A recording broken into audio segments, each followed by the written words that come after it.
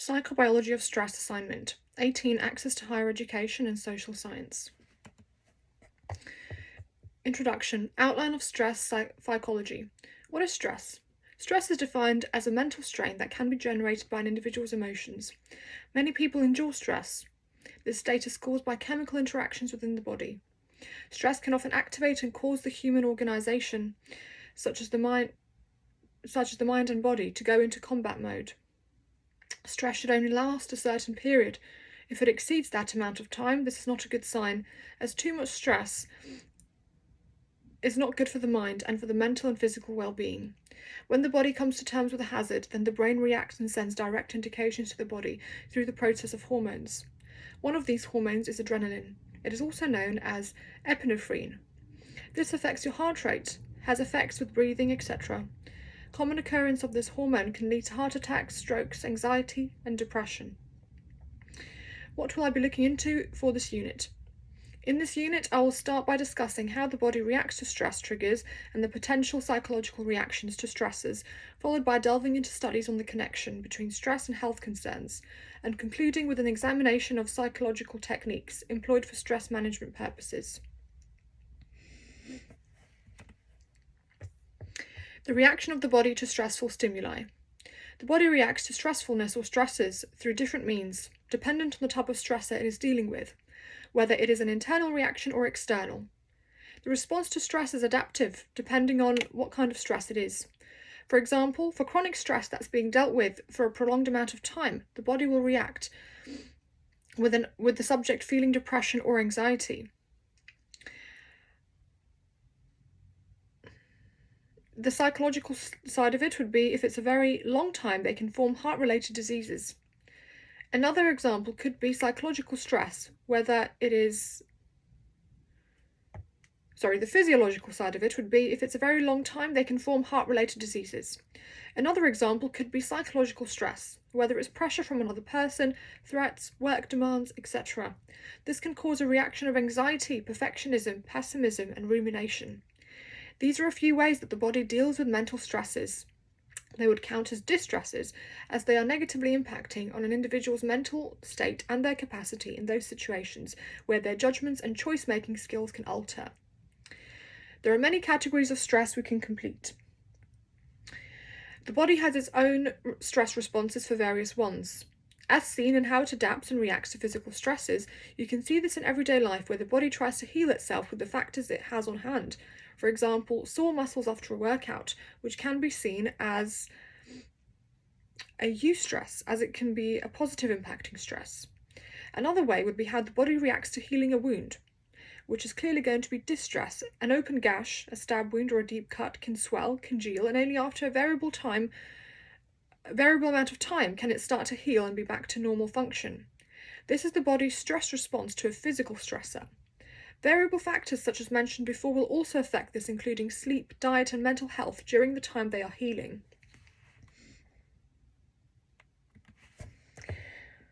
Psychological reaction to stress. When we feel stressed, our bodies respond in ways physically. If our body senses a threat or danger, it releases hormones to get ready for the fight or flight mode. The HPA axis, adrenal gland, plays a crucial role in this reaction. These hormone interactions have evolved to maintain the body's stability. However, stress can disrupt this equilibrium. Stresses are triggers that disturb this balance. When our bodies encounter a situation or something that triggers stress within us, various physical reactions take place. One such reaction is called the fight or flight response, where the body instinctively responds to a perceived threat. To prepare for either fighting off or running away from danger, blood is diverted from the skin and organs to the brain and major muscles. In times of stress, your body goes into high alert mode. Your senses become especially heightened, as sight and hearing.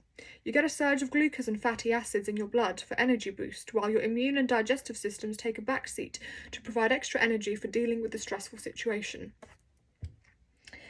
There are 3 key responses an individual experiences when they face stress. The sympathetic adrenal medullary pathway, SAM, when a person feels overwhelmed by a situation. finds it stressful, their body reacts by releasing hormones such as epinephrine and norepinephrine through the nervous system to communicate with the hypothalamic pituitary adrenal axis. Studies have shown the body's response system plays a role in how humans adapt to challenges and pressures. This indicates that people who have had their glands removed may need extra hormones to cope with stress and stay resilient for survival purposes. That said, multiple studies also suggest that people can react differently to stress due to variations in their responses, signifying that there isn't a one-size-fits-all reaction to stress and that our mental processes can impact how we handle situations. The body's natural stress response system, known as the hypothalamic pituitary adrenal axis, HPA, has raised concerns due to its prolonged activation, possibly triggering Cushing's syndrome, a condition associated with symptoms like weight gain and memory issues, leading to mood disturbances.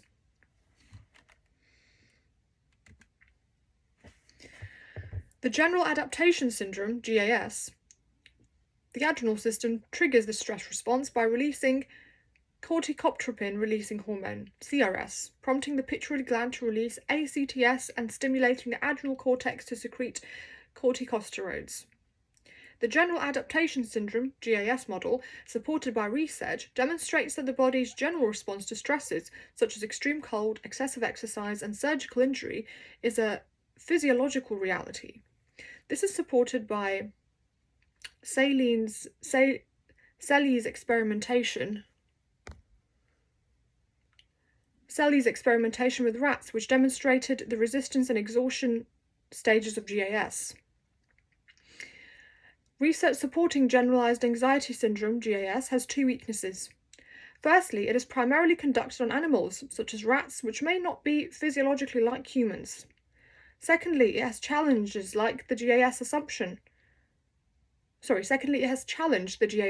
that stress responses are non-specific. For example, Mason's 1971 research with monkeys found varied effects dependent on the stressor, questioning the validity of the GAS model. This suggests that specific stressors can produce specific patterns of responses, challenging the central concept of Selye's theory. Selye's General Adaptation Syndrome, known as GAS, describes how the body reacts to stress through three phases: alarm reaction, resistance, and exhaustion. Research that is scientific and objective has shown the significance of the HPA stress response in influencing behaviour. For instance, studies indicate that people who underwent surgery to remove their glands required supplements to cope with stress effectively. This finding underscores the role of the HPA system in managing the impacts of stress and crafting a response that supports individual survival and adaptability. Research that supports the concept of generalized anxiety syndrome has a couple of weaknesses that are worth noting. Its reliance mainly on animal studies involving creatures like rats that may not necessarily mirror human physiology accurately, and the challenges it poses to the assumption underlying GAS regarding, for instance, stress responses. For example, research conducted by Mason in 1971 using monkeys revealed differing effects based on the stressor applied to them. This casts doubt over the reliability of the GAS model by indicating that different stressors can trigger different response patterns. This indicates that specific stress factors can lead to reaction patterns which in turn question the principle of Selye's theory. Many factors can lead to stress in a person's life, some within their control and others beyond it. Different reasons affect people differently. What one person finds stressful may not faze another. Some situations that could potentially lead to stress for a person include, for example, external and internal factors, or even personal or occupational factors. People encounter types of stress every day. Not all stress should be seen as negative, since there are certain forms of stress known as eustress that can actually benefit individuals and bring about emotional gains. For example, when it encourages you to take the next step or motivate you. When a situation is seen as something that can be handled well by an individual's body and mind, it may trigger eustress, a form of stress that can result in heightened focus and clear thinking for the person involved. Conversely, if the reaction to such a trigger leads to stress or de-stress, it may hinder their ability to concentrate effectively and could make them feel overwhelmed, exhausted, or disorientated. In instances, stress becomes detrimental. Signs of distress or harmful stress include the cause for anxiety or unpleasant feeling.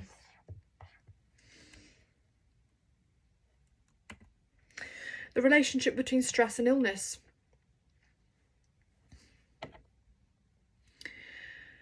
The relation between different factors is influenced by lots of components crossing a broad spectrum. The result is that it is difficult to understand. Factors contributing to stress awareness include limited social interaction and personal challenges. Stress brief episodes may improve the function of the immune system. In contrast, persistent stress can induce disease. As catecholamines are increased and T suppressor cell levels impact the immune response, this may lead to their decreased efficiency and fighting off a variety of microbes. This could mean infections as well as other complications. Extended periods of strain have been associated with declining abilities as individuals grow older and the emergence of mental health issues and illnesses in the body become more likely over time. Specific negative emotional conditions like being depressed or anxious have been proven to affect the body system by triggering the release of stress-related hormones such as catecholamines and glucocorticoids. Efforts aimed at diminishing stress levels or enhancing one's ability to cope with stress are commonly referred to as stress management techniques, while methods that focus on easing a person's tension are often known as relaxation practices. Methods like therapy and meditation aim to reduce stress by enhancing skills like problem solving and time management that boost confidence and decrease reactivity in situations where these abilities are applied. Scientists are keenly studying the relationship between stress and its impact in causing diseases nowadays. Cohen states that stress can lead to two consequences. One being stressed individuals often experience poor sleep patterns and have lower motivation to engage in physical activities. They tend to consume food choices and smoke frequently while also disregarding medical recommendations. The other consequence is physiological. Stress triggers the body's endocrine systems to release hormones that influence processes, including the immune system.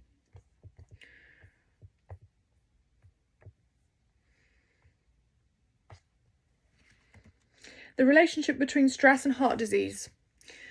Several factors contribute to the risk of developing disease. Among them is a connection to prolonged stress levels that can impact individuals' health negatively over time. Research from the 1970s revealed that individuals who experienced life events in the 6 months before a sudden heart attack were more likely to succumb to it, compared to those who survived such an event. Medical experts are still uncertain about the way stress heightens the likelihood of heart disease occurrence. They speculate that stress and its physical impacts might serve as risk factors in this regard. It is conceivable that heightened stress levels may worsen risk factors like elevated cholesterol or blood pressure. Numerous experts suggest that the connection between stress and heart disease involves a mix of these elements. In the 20 years, there has been an extensive study in this area revealing that intense stress can lead to the following consequences, such as high heart rate or increased blood pressure. The correlation between stress and disease has been thoroughly examined across disciplines such as psychology, medicine, and epidemiology. A notable investigation in this realm is the research conducted by Cohen and colleagues in 1991, which delved into this link between stress and the prevalent cold virus. Cohen's research. In a study from 1991 by Cohen and colleagues that included 394 adults being exposed to the cold virus and then observed for symptoms development, showed that individuals experienced greater stress were at a higher risk of developing common cold symptoms. The study revealed that with every 1 unit rise in stress levels, there was a 35% increase in the likelihood of catching a cold. The research presented proof of the connection between stress and poor health outcomes by indicating that stress may weaken the system and make individuals more prone to illness. Advantages of Cohen's research. Cohen's study is highly praised for its methodology approach, where a controlled experiment was conducted by assigning participants to either a high stress or low stress group to examine the impact of stress on the immune system without interference from the other variables influencing the result. The study also included, for instance, participants and utilized objective measures like cortisol levels to assess stress and illness accurately. Limitations of the study. While Cohen's research has its aspects that are positive, there are some drawbacks to consider. One notable limitation is that the study focused solely on the connection between stress and one specific ailment, the cold. It remains uncertain if these results could be applied to health issues or conditions. Likewise, the research depended on self-reporting their stress levels, which might not fully capture the diverse aspects of stress. Other studies have also been conducted in this field. Several other research studies have expanded on Cohen's research by investigating how stress relates to illness. For instance, in 2003, Caldwell Glaser and colleagues discovered that long-term stress can compromise the immune system and raise the likelihood of illnesses in individuals. Likewise, McEwen's study in 2007 illustrated that persistent stress can cause alterations in both the brain and the body, ultimately heightening the susceptibility to conditions like depression, anxiety, and other mental health issues. Applications. Studying how stress affects health has implications for health and medical care practices. Healthcare professionals can support patients in handling stress and lowering their likelihood of getting sick by teaching stress management methods like mindfulness and relaxation.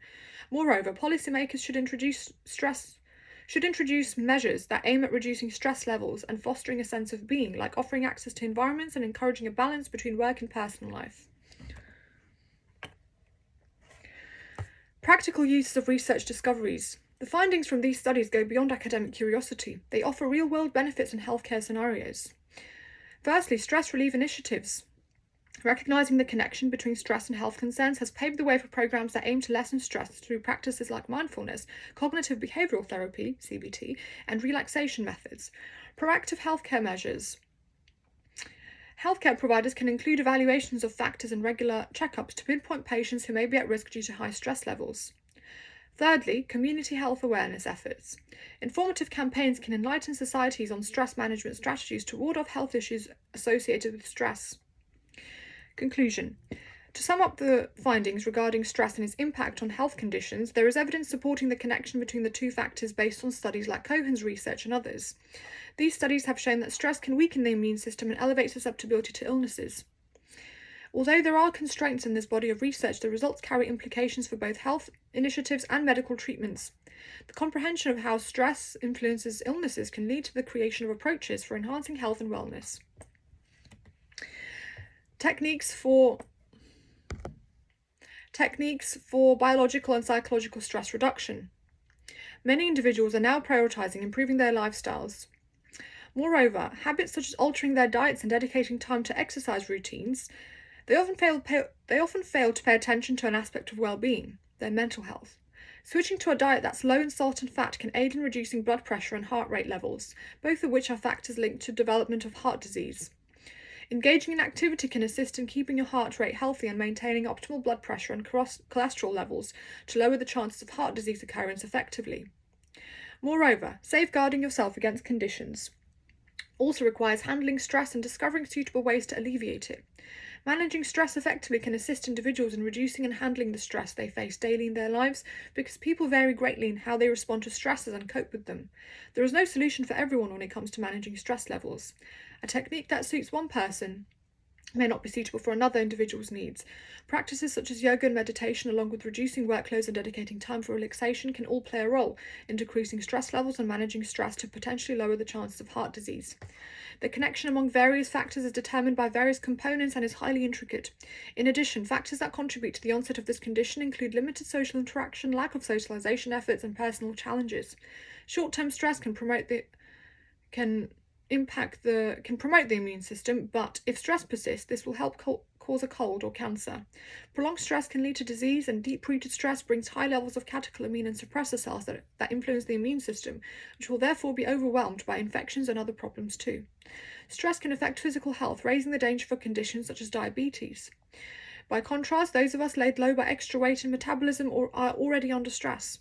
Low levels of physical stress can alter insulin production levels. Chronic stress is also related to atherosclerosis, a condition characterized by increased artery blockages and higher risk when in conjunction with an unhealthy diet. Biologically speaking, sleeping well, proper food choice, and healthy eating contribute to decreasing stress in the body. Understanding the origin of biological stress being experienced is necessary to develop management strategies that would be more effective. The biological approach. An approach known as pharmacotherapy focuses on using medications to ease symptoms related to stress, anxiety, and depression. Typical types of drugs utilized in this treatment method include antidepressants like SSRIs, serotonin reuptake inhibitors, and anxiolytics such as benzodiazepines. These medications function by modifying neurotransmitter levels in the brain, which aids in controlling mood and lessening anxiety. Strengths: quick relief. Anxiolytics offer relief to stress symptoms, which can be valuable during urgent situations. They are supported by research. Numerous studies back the effectiveness of antidepressants in treating stress-related conditions like generalized anxiety disorder and major depressive disorder. They are easy to access. These medications are readily available through healthcare providers, making them a common initial treatment choice for individuals facing stress. Limitations: many people may experience side effects from these medications, such as drowsiness, weight gain, dysfunction, and withdrawal symptoms. They carry a risk of dependency. Benzodiazepines, in particular, carry a risk of dependence or tolerance developing over time. They are not a permanent solution. While these medications can ease symptoms, they do not tackle the root cause or provide strategies for managing stress. Usage: pharmacotherapy is often recommended for those with moderate stress-related conditions who could benefit from symptom relief. It is typically combined with psychotherapy or lifestyle adjustments for an approach to handling stress. Psychological approach: mindfulness-based reduction, MBSR. Mindfulness-based reduction is a method that uses mindfulness meditation techniques to help people become more conscious of their thoughts and emotions without passing judgment. The goal of MBSR is to improve control and decrease stress levels through practices like body scanning, mindfulness breathing, and yoga. Advantages: a comprehensive approach. MBSR addresses both the physical aspects of stress by encouraging relaxation and awareness. Long-term benefits: studies indicate that regular participation can result in reductions in perceived stress levels and enhancements in well-being. They have no adverse side effects. In contrast to medication, mindfulness practices typically do not have side effects if done correctly. Disadvantages: time requirement. Consistent practice of MBSR is necessary over time. Some individuals may find it difficult to incorporate it into their schedules. Learning curve. Beginners might face challenges with techniques initially leading to feelings of frustration or disinterest. Variable efficacy. The effectiveness of MBSR can differ depending on factors. Not everyone responds well to these practices. Usage. MBSR programs are commonly available in environments or community centres as a therapy for individuals dealing with chronic stress or anxiety disorders.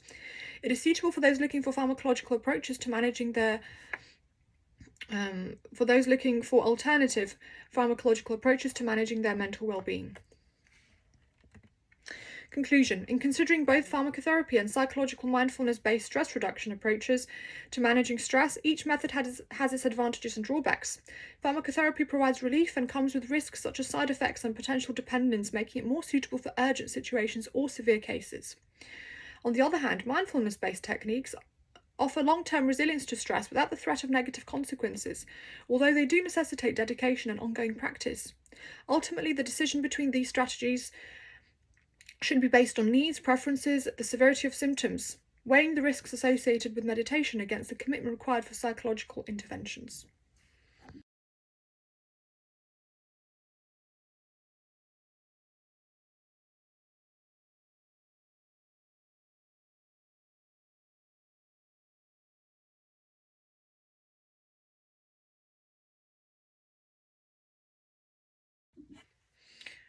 Psychobiology of stress assignment.